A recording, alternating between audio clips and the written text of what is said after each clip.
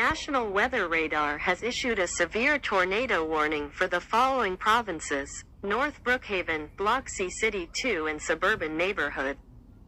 All citizens in this areas are advised to stay in a basement. If no basement is available, seek shelter in a place with no doors or windows such as a closet. Cover yourself with pillows and blankets. Do not use the telephone during this tornado. Telephone lines are kept open for emergency use only. This is not a test. Repeating, this is not a test. If you hear or see a tornado, it might be too late to take shelter. We will now continue normal programming.